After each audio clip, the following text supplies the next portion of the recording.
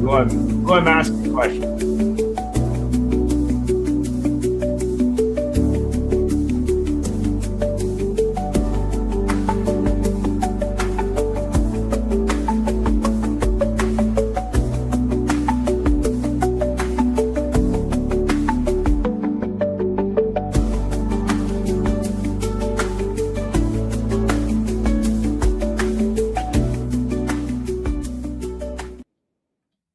Hey, are you Ian Nethercott, the host of the Auto Hub Show?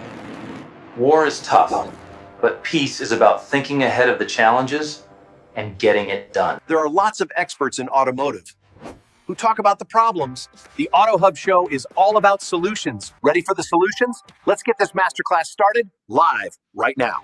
If you look at the last 4 years, Ian, we've answered 41 million phone calls for dealers over the last 4 years with our AI platform. We've also handled over 150 million text messages. And so when you look at just those raw numbers, that's a 4-to-1, 3.5, 4-to-1 text to phone call. So I don't know. Here's what I can tell you, though. I believe that the customer wants to be met where they are presently. If that is text, voice, video call, if they want to be engaged and engaged instantly. I've been fortunate enough to be using Numa since square one, but my opinion, I like to meet the customers where they are, because if I choose my preference in terms of how I want to communicate with people, I'm going to eliminate a large portion of my potential customers. The customer calls in from the outside. There doesn't have to be a person on the other side of the conversation, and it will be a transcribed, recorded transcription of the message, which is important, and it's real time, 365 days a year. So we don't lose anything. The customers that prefer the phone and the customers that prefer the text may be two different people, but the nice thing about like Numa as an example is you got both of those people in one spot. Hey, I'm Vince Delmonico, General Sales Manager with Cruise Ford Lincoln.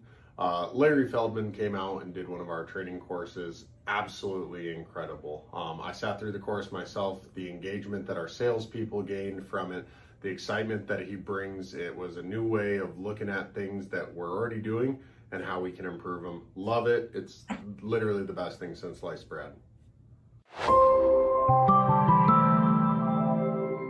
My name's Fareed Ahmed. I'm the founder and CEO of DSMA. So why should you use DSMA to sell your most valuable asset? The answer is very simple. It's our unparalleled approach to our clients' needs and satisfaction. Remember, DSMA, we're real people doing real deals. Meta, Instagram, social, and your team is still waiting for ups like it's 1999. Let's be honest, your market isn't watching TV commercials, they're double tapping and engaging with your competitors on social media posts. People are shopping these days for cars and servicing their vehicles in between watching cat videos. That's where we can help. Retail Resilient is the go-to authority for social selling in the car industry. Whether you're a new car franchise dealer, an independent, a buy here, pay here, a broker, a dealership owner or manager, we have something for you. Remember, when your lot is quiet, it means your social media is not loud enough. Check us out at retailresilient.com so we can retarget you on our social media feeds. Good morning. So we got Mr. Larry. It looks like a glass of water or something. Anyway, it's all good. How you doing, Mr. Larry? So we're going to start this morning with Erica Bruno, because she was the first person on. Maybe you can tell us more, Erica, about, you and what you do and what you think, what your educated guess is on how much car dealers are spending each month on credit card surcharging. I know that I mistypoed that, but I'm sure people can get it. How much do you think? What's your bean counter guess on how much dealers are spending? Oh, I mean, that's a great question. I mean, I would say probably for the average dealer, anywhere between, probably $50,000 to $100,000, in credit card surcharges, I would assume. Wow. That's my educated guess. All right. Well, since we do have the expert on, I think we'll get a couple other guesses before we have Amberly give us the facts. Peter, what's your jelly bean guess? How much money do you think dealers are spending or misspending on surcharges? for Well, credit just cards? in gift shops alone, it's got to be anywhere from on the low side, 15,000 a month, and a high volume dealership doing a lot of service and with a body shop, it could be upwards to 40, 50,000. So this is an exciting topic, and I think there's a great opportunity. And I will throw in that just this weekend, I went to a restaurant, a smaller restaurant, and I went to pay the credit card, and they actually said to me, that's going to be an extra 3%. I was like, oh, okay. I pulled up in cash and paid in cash. So it is becoming more prevalent everywhere you go. So I think this is a very timely topic. Thanks for that. Larry, you want to have a guess on how much dealers are spending before we have the expert? I would definitely think it's closer to $75,000, $100,000 at least. And as far as how much they're misspending, you know, there's places out there I know they can do it cheaper than 3% or 2%. I'm working with one myself just started, so I'd love to hear what she has to say. All right, and last but not least, Amberly, you're the expert on this topic.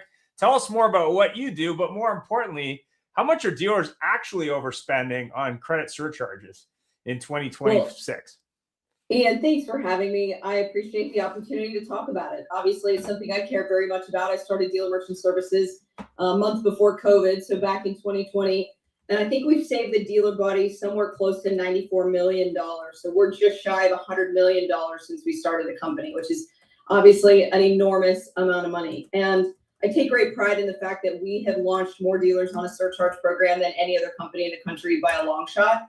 And that's simply because we know how to do this the right way and keep our dealers out of any hot water from a legal and compliance standpoint. So to answer your question more directly, the average that we've seen in the 15 NADA webinars and another 15 state association webinars, just polling them, they're spending between $5,000 and $15,000 per month per rooftop. And to Peter's point, the big stores, they're spending every bit of 30 or 40 grand a month in credit card processing fees. So you can imagine that even the smallest stores, which is where we started down this path, we helped the very smallest stores because they couldn't ignore this amount of money to really help navigate this in a way that made sense. And Peter, I know you got surcharged this weekend, but did they tell you up front? No, they put it on the bill. They put it on the check. You know, it was like, interesting. Yeah, and so that's, you know, luckily for me, Peter and I've had the great pleasure of working together for a little while on helping dealers navigate this a little bit more specifically. And our take on it is to make sure that dealers communicate upfront and often both prices. And so we've trained with our Dealer Merchant Services University, which is now moving into Priority Commerce Automotive. So we can talk a little bit about the acquisition while we're together today, but really making sure that dealers are communicating upfront and often both prices. That is the keystone to mitigating any CSI issues. So we've trained 25,000 plus dealership employees on our specific word tracking and certification process on compliance. So wow, you will hear from me, Ian, how important it is to ensure that our dealers are doing this the right way, because we are finding that the fines are coming, the audits are coming. Dealers are still doing it wrong as many times. I mean, I know I've trained all my competitors on how to do this, so you would think we're all doing it right by this point, but we're still finding dealers are not doing it right, and the fine is $1,000 per transaction. And if the same merchant does two things wrong, the same merchant, it's $5,000. And if you do it more than that, they will kick you off the bank, the sponsor bank. People don't understand how serious it is. Wow. So 5,000 per transaction if they don't do it right after the warning?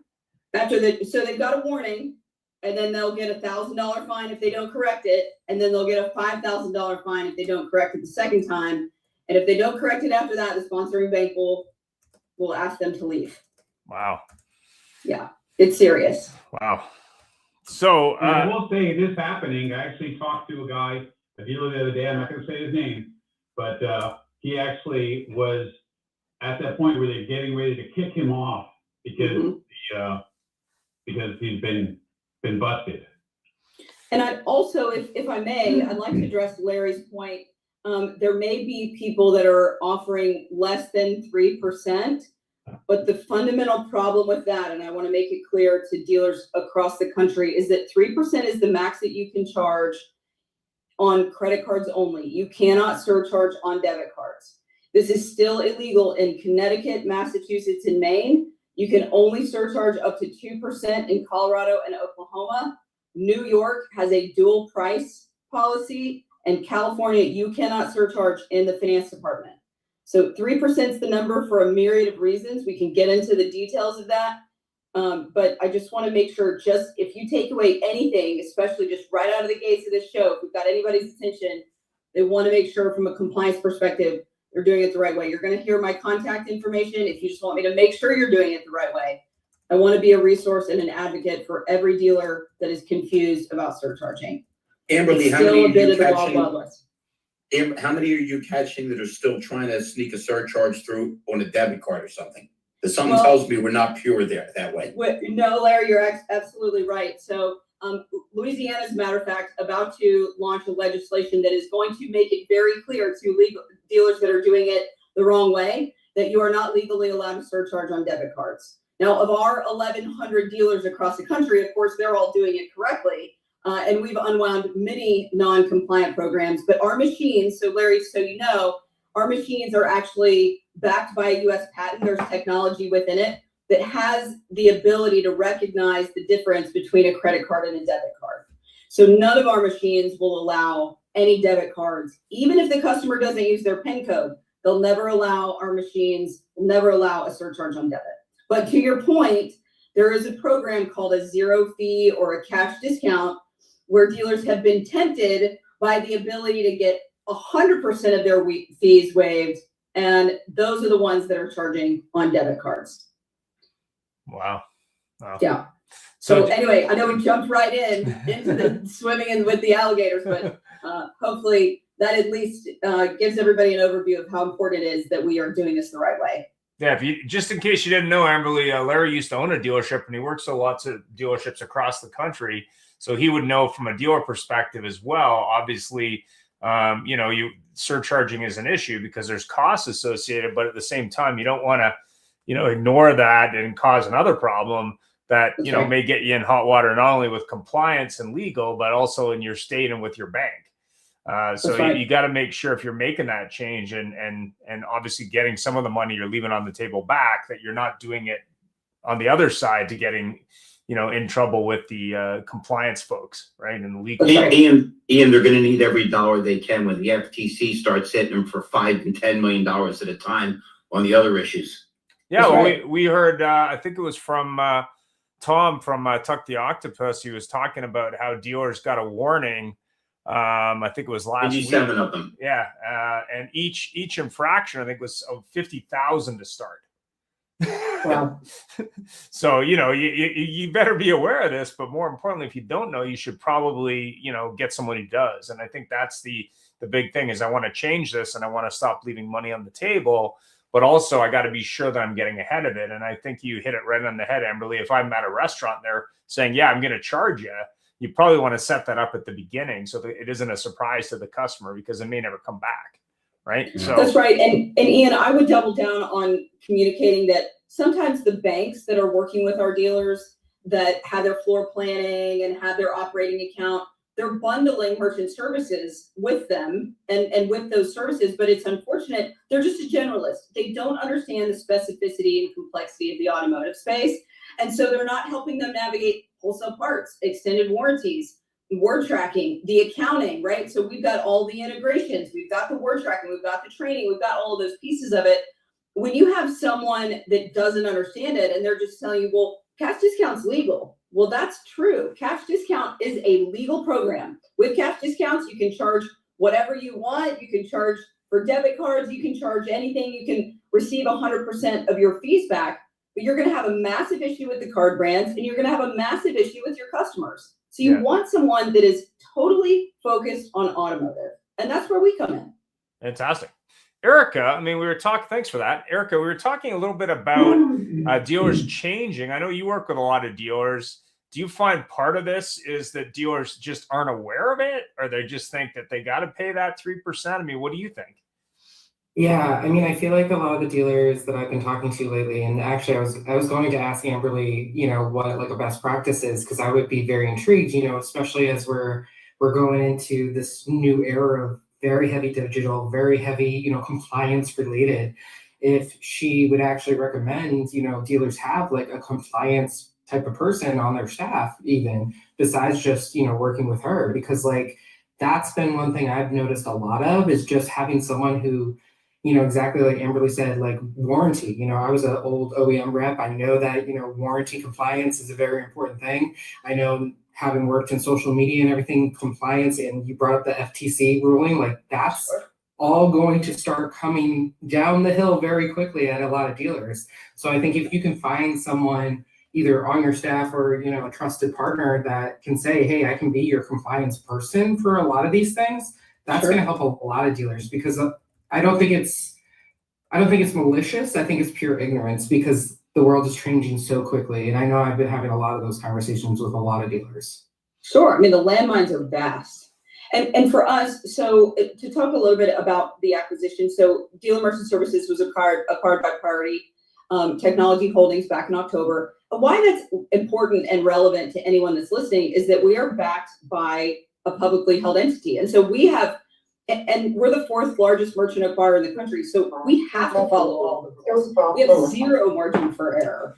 And so I think it's really important that, to your point, Erica, I think, you know, there's lots of great companies like Comply Auto and KPA that we know well and can help dealers navigate all of the landmines that is compliance. But as it pertains to payments, anything payments, and we don't focus just on credit card processing. And we'll have a chance to talk a little bit about, you know, where the future of payments is going, because I think we can all see, you know, the writing on the wall. But to your point, the dealers just need to be getting good advice, and there's great companies out there. As far as payments, we certainly want to be their resource for making sure they're doing it the right way. And I guess I have a question around that. I mean, obviously there's lots of places that are taking payments on different things like service or other things.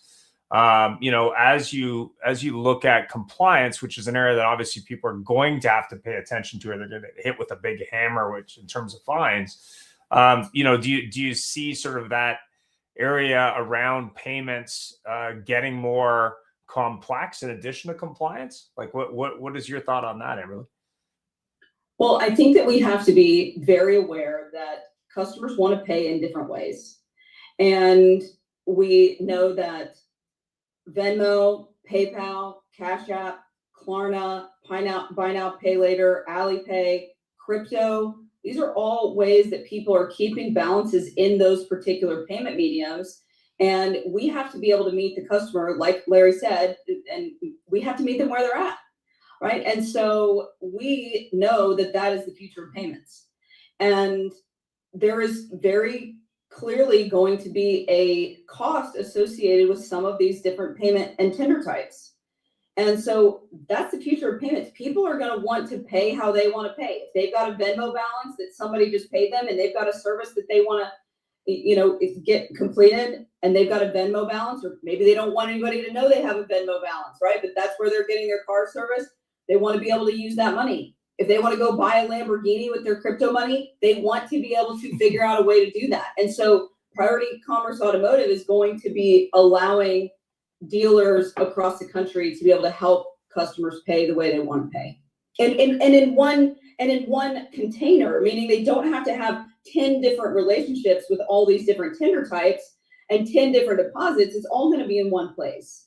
And so I think that people, like, surcharging is very much on the rise. JD Power says that 35% of dealers are already surcharging. We anticipate that that is going to double in the next 3 years, because they cannot ignore the huge amount of cost. This is one of their top 10 expenses. They cannot ignore it, especially with the margins shrinking. I mean, it's something that they can't ignore, but they can give their customers choices, and they can communicate in a transparent way. That's not asking too much as a customer when it comes to the way they're going to pay their bills. Fantastic. Peter, did you have any thoughts on, if they had warned you up front they were surcharging, well, that would have made it better for you? Like if they actually had a process there and some training? I think Amberly hit the nail on the head, and I think that is so critical, because what I've seen is nothing will take a customer sideways. And I mean, we're in a restaurant, so I didn't really get that upset about it. I kind of understood. But when you don't present it, and I think that's the thing Amberly's talking about, if you properly train your staff and you have your staff bought into the whole process, So when they present this to the customer, it's done in a positive way. And the customers already have seen a little bit, but what Emily was talking about, I agree completely with, because it's all about the training. And I've seen it in a couple dealerships over the last year where the dealer would want to do this, but his staff would fight it, and they actually would come up ways to circumvent this. So you don't have the staff buy into the process. It's going to make it worse because the staff isn't supporting what you're doing. They're going to make it uncomfortable, and the customer's going to feel even more uncomfortable. So you've got to have that training, and that's what Amberly does so well. She trains the people so the team understands it. They go out there, but the key is you've got to present it up front. You can't just slide it in or try to sneak it in, or just hit them from the back, because they're going to be upset about it, and then they're going to go back and give you bad reviews. That's right. 100%. That's right. And we know that the advisors deserve their great CSI scores when they've earned them. And you don't want this surcharge to be the one reason why they didn't get a great survey. And so that is what is so vital, that you communicate at the time of estimate. You've got to tell them, as everybody's estimating what it's going to cost the customer, that's when you tell them about the credit card, not when they're checking out at the end. And you've got to be specific about the numbers. If it's a $200 repair order, you need to tell them, Peter, it's $206 if you come to ABC Toyota, and it's $200 if you use cash, check, or debit. So this is really important. It's the timing and the specificity of the amount, not just a casual 3%, because sometimes that 3% feels bigger than what the actual number is, right? $6, I might be getting Nordstrom rewards or an Amex rewards, right? So that $6 doesn't feel as painful as, in our minds, 3%, it feels invasive. And so just those small little pieces are absolutely crucial.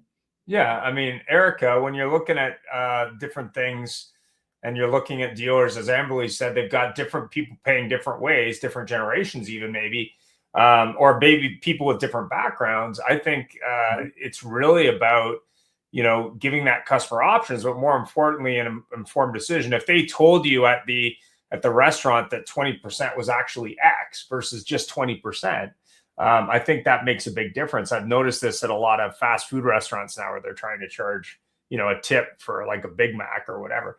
But at the end of the day, like if the customer knows and it's transparent, I think that helps. What do you think in that area?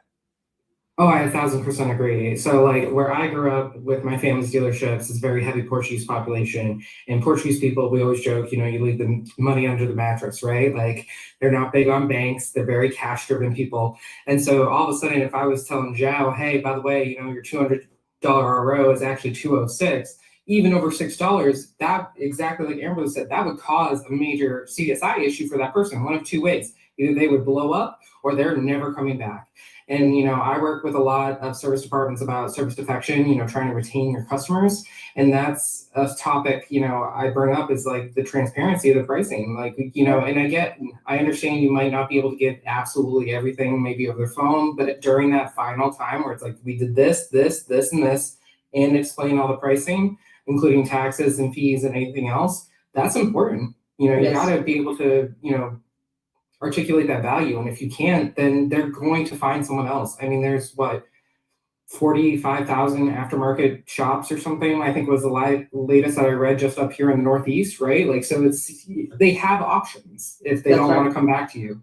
So. Yeah. I mean, if you're looking at independent shops versus dealer shops, I mean, that might be a good angle for them in terms of that they're being transparent, whereas maybe their local dealer isn't. So at the end of the day, you're whether it's a brake job or a tire job or whatever it might be. I even noticed now that Costco is now doing more than just tires, which I thought was interesting. Clearly they probably want to be transparent with their customers, but also to Amberly's point, you have all these other forms of payment. So it may not be just as simple as debit, cash, credit card, right?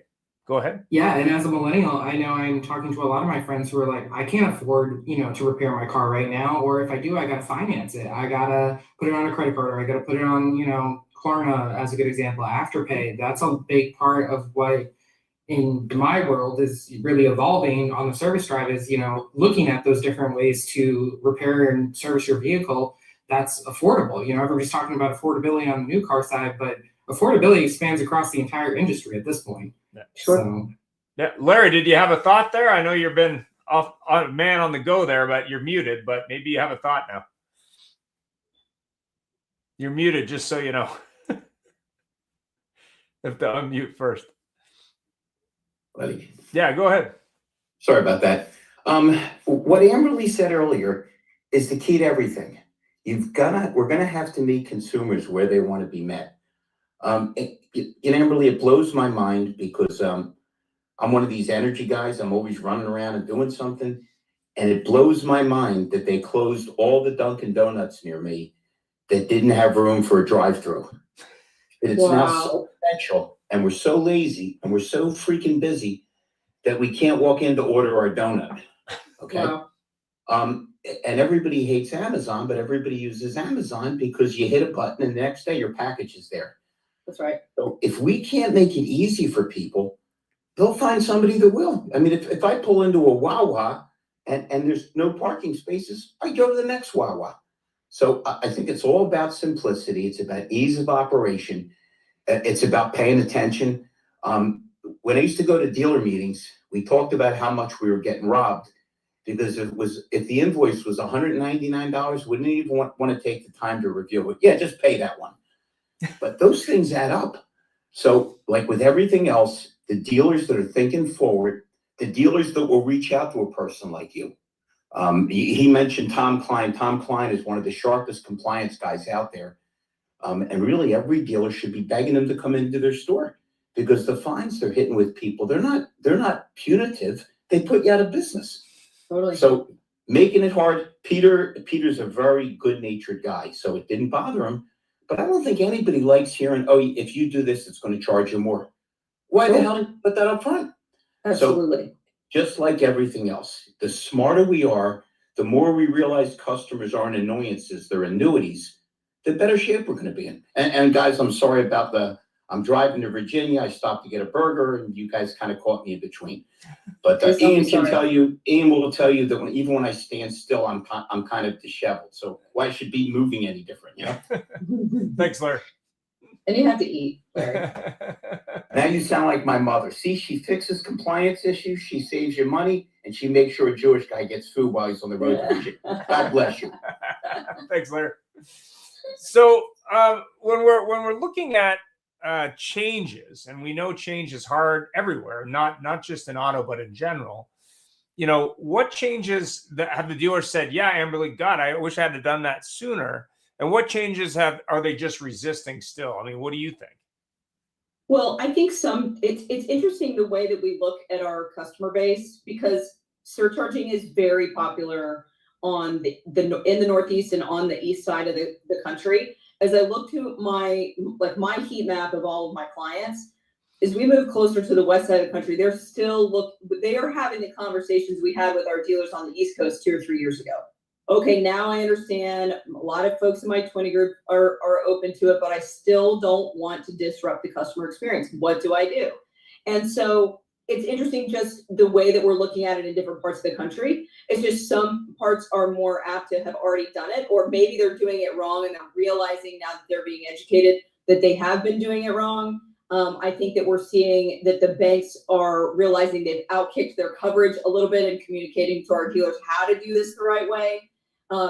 We have been asked by one of the top 10 dealer groups, I will not name, to teach their entire staff on how to be compliant in surcharge, right? So, I mean, bottom line is that they know they can't ignore it. I have beat on the legal and compliance so much, as well as communicating upfront and often, but we have to make sure that our dealers are still understanding what they can save on surcharge, and the folks that are doing it wrong, let's make sure that we correct them before they start getting fines. So you don't make it hard. It's just they're resistant. They're resisting the good advice.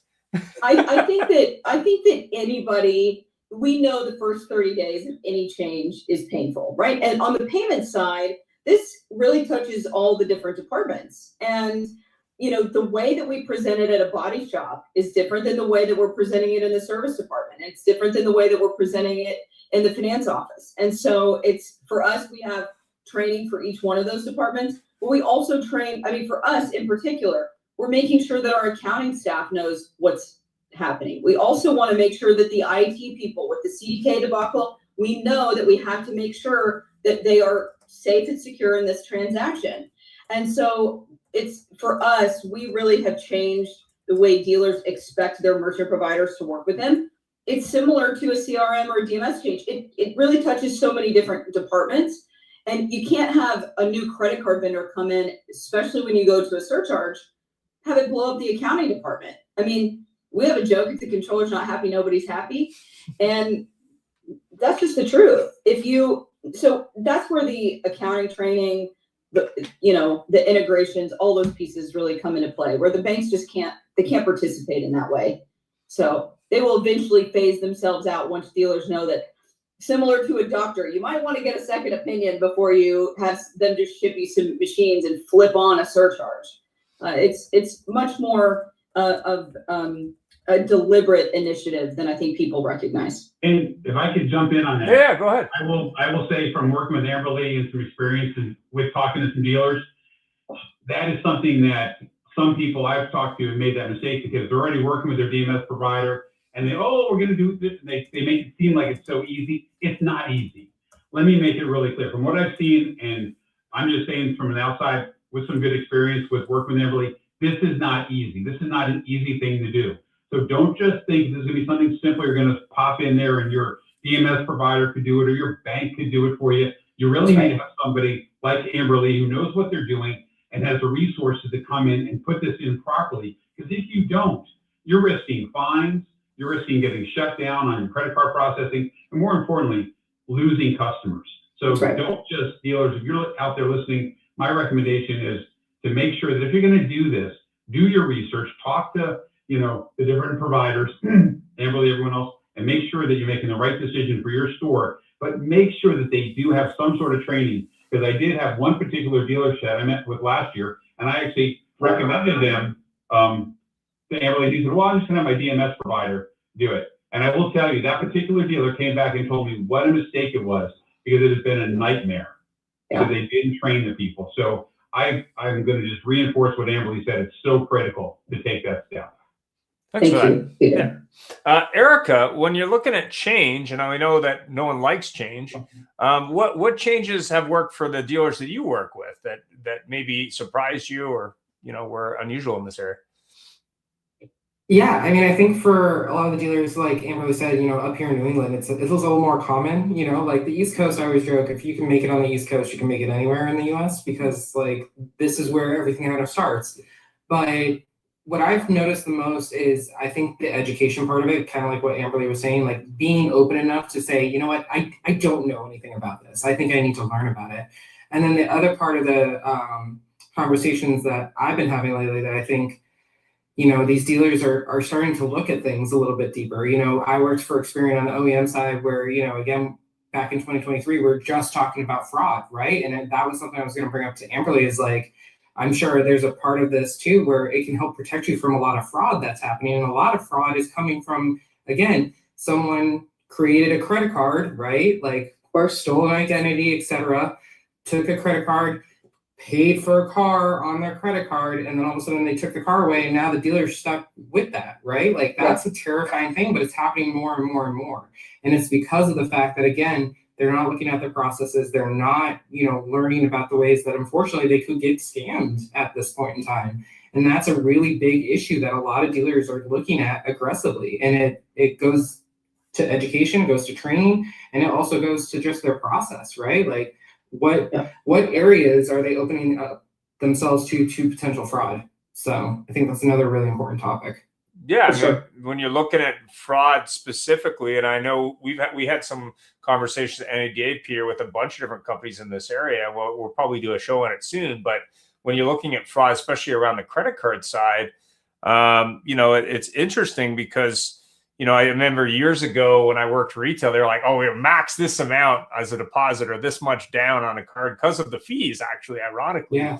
But then, you'd run into people go, yeah, I'll do the whole thing if you're taking the card today, which is kind of interesting just because the margin in cars isn't what it was even back then. But, did you want to comment at all about fraud, Amberly? I mean, you probably have more exposure to this than most. Yeah, so there's a couple of things. Erica brought up a very good point. We never, ever, hope they hear me say this, never put the entire value of a vehicle on a credit card. Please don't ever do it. Please, whatever you do, if you heard nothing from me today, please don't ever put the entire value of the vehicle on a credit card, ever. Because to your point, Erica, they just don't have the same recourses they do in small claims court with the check. And so they can drive off with the car, they can send the charge back. Merchants only win chargebacks 27% of the time. That is simply because those banks are they have insurance policies in place and they want to protect their customer and keep their customer happy. And so they're 73% of the time they're going to err on the side of their customer. So we all know, and I think it's become a little more strict, but there was a time when you could just send in a chargeback and they would credit your credit card until they figured it out. And that could be 90 days down the road. Now that's not exactly the same anymore, but the bottom line is that customers have the right to send in a chargeback, and then that process starts. And the dealers, if they don't have the exact timing, the exact reporting on it, the detail, all the receipts, everything, they could lose.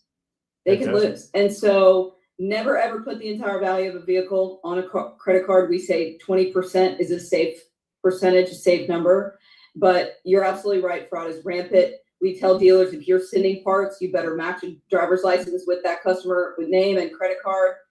They've got to also, dealers have to meet us as payments providers where we're at as far as bridging that gap to make sure they have the policies in place to mitigate the fraud, because they want to kick back and say, well, how come it was charged back? This is clearly theft. Well, did you send somebody tires? Did you ask them their name? Did you look at their driver's license? Did you care that it was Jane Doe? No, you just want to sell tires.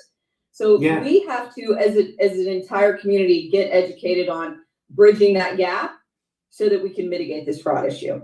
Fantastic. Yeah, I mean, I've heard everything from $150,000 Escalade to like a full engine block, right? Of just things that, again, that unfortunately, and this is the part of the industry that I always joke, it's like our dirty little secrets, right? Like what we whisper in the dark, but it's happening. And if we're not talking about it and we're not having proactive solutions to it, it's going to continue to happen. So how do you protect yourself, your employees, all of it, by making sure you're not being susceptible to these types of issues that are coming up now? So that's right. Fantastic. Larry, you have a comment on that? On theft and employee, credit card theft, dealers? You're muted, by the way. Guys, I'm sorry, I haven't made to be rude. I got to the dealership and 3 people pounced on me. What was the topic? And I always have something to say. We're talking about people charging stuff that they shouldn't be charging, like entire cars, and then dealers being shocked that those charges get invalidated because of fraud or other reasons. The problem with, and I'm talking as a former dealer and a current vendor and as a salesman, the problem is nobody looks beyond their nose. This is not about what you did today. It's what are you going to do next week, next month, and 2 years from now. Amberly, I'll never forget a guy saying that's half my deal. And I said, why? He said, well, I leased the guy the car 3 years ago. I said, when was the last time you talked to him? 3 years ago. Trust me, he didn't get half that deal.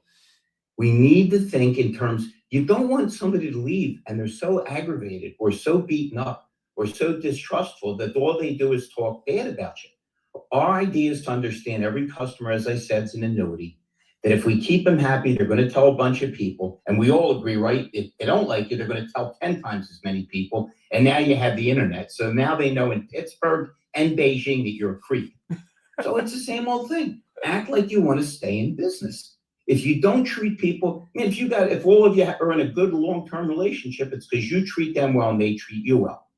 Well, we got to do that with the customers. We forget the servant management aspect of this. We're there to take care of them so they'll come back and spend more money. This should not be a complicated equation. Right. Well, Larry, you're exactly right. When I quote my favorite Einstein quote, they asked him what the difference is between genius and stupidity, and he said genius has its limits. There's no cap or capacity on stupidity. It continues to grow and flourish. And in an industry that's a little battered, we need to be smarter than we ever were, not as dumb as we were, 50 years ago when we would point at a car and that was the price. And if you don't like it, get out of the showroom. Did I say that right, Peter? Peter's been keeping an eye on me. Ian pays him hazardous duty pay. Just to keep an eye on. Well, Larry, I think you had such a good point. Is I think the most successful vendors in this space and salespeople in this space have a servant's heart, because ultimately they want to make sure that their client and their client's customers are handled in a way that they deserve. Our dealers' customers deserve transparency in their payment choices. That's a minimum. That's at a minimum.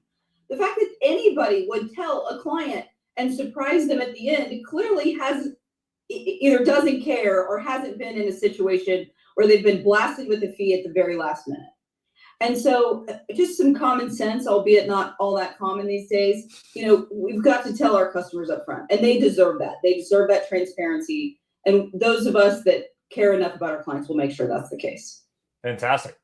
Well, we're getting closer to the end, but Peter, what's your thought on obviously on the fraud stuff, it's a show. Wait a minute, before the Peter jumps in, Amberly said something great. I just want to address it. The problem, Amberly, is other than Joe Verdi's scripts from 30 years ago, which never made any sense anyway, nobody thinks about what comes out of their mouth. We don't train people to think and respond. You go into any service department, do they say, welcome? What can we? Nope. Do you have an appointment? Well, no, but you fix cars and mine's broken. Nobody goes into a restaurant and they say, what, are you hungry?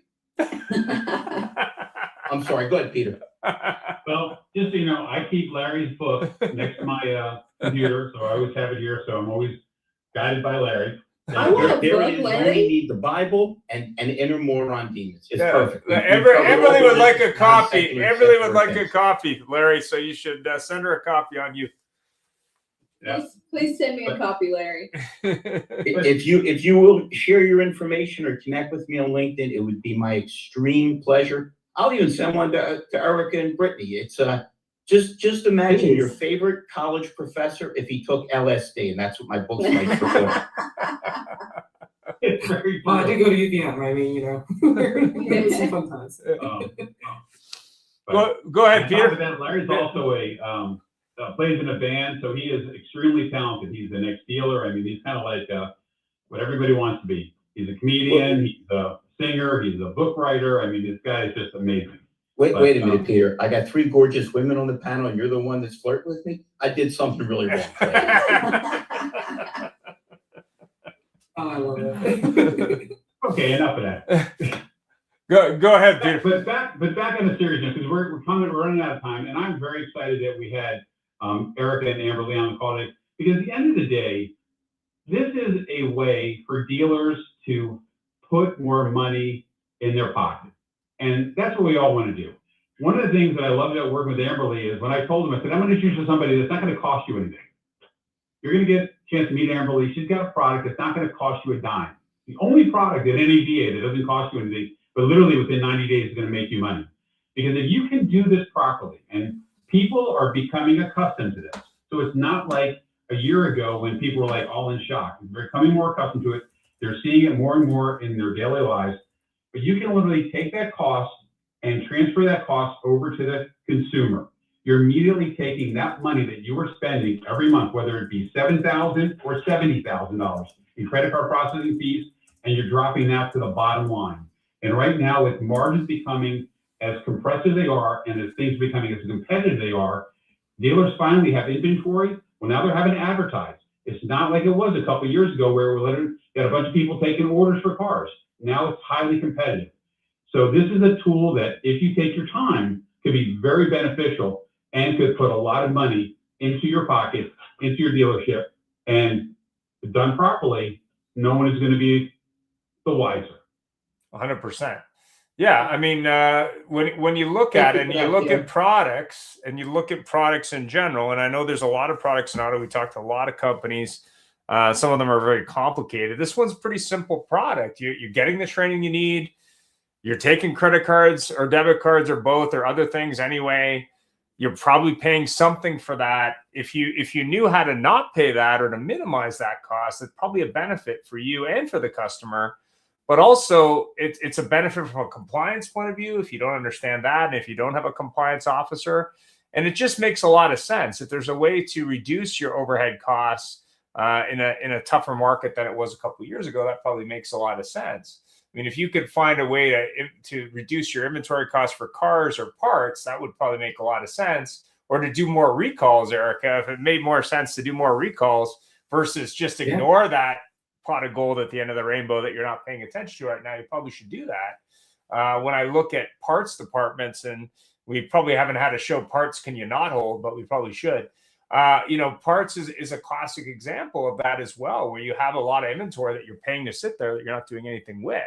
And you probably should be selling it to somebody. So we're almost out of time. So I guess we have some time for a final 5-10 minutes thoughts from everybody. So did you want to start, Erica, with that? Yeah, I was just going to say, I mean, I think Amberly is a great example of, a company that's coming out of, a necessity. And I think there's, one of the conversations I had at NADA, I met a young lady who, again, not historically in our industry, but she works for a company that helps dealers with supporting either collegiate athletes or, local nonprofits or anybody they want to essentially give money to, which is another great way. If you're able to then reallocate a major expense to the bottom line, and then you want extra, basically tax deductions, great. Let's, work with your local college. Let's work with your local nonprofit, whatever it may be. And that, exactly like Peter was saying, okay, you haven't been advertising. What better way to advertise who you are and what you do than the community outreach that you're doing, right? Like, this is the type of snowball that you can really maximize on your business and win even more in the end in general. Like, so I think this is a no-brainer for anybody who's out there right now.